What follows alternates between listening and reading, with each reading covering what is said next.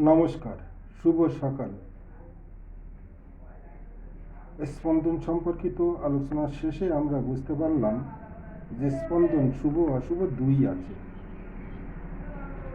এখন অশুভ স্পন্দনকে কিভাবে আমরা প্রতিরোধ করব সে ব্যাপারে আমরা জানার চেষ্টা করব।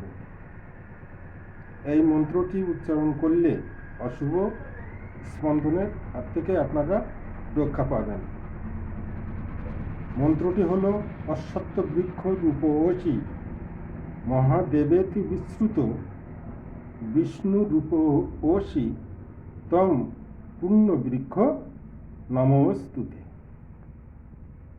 এই মন্ত্রটি যতবার পড়েন জপ করবেন এবং ঈশ্বরের শরণাপন্ন হবেন। জানবেন যে এই অশুভ স্পন্দন এক পক্ষ থেকে এক মাসের মধ্যে ফলদান করবে। নমস্কার।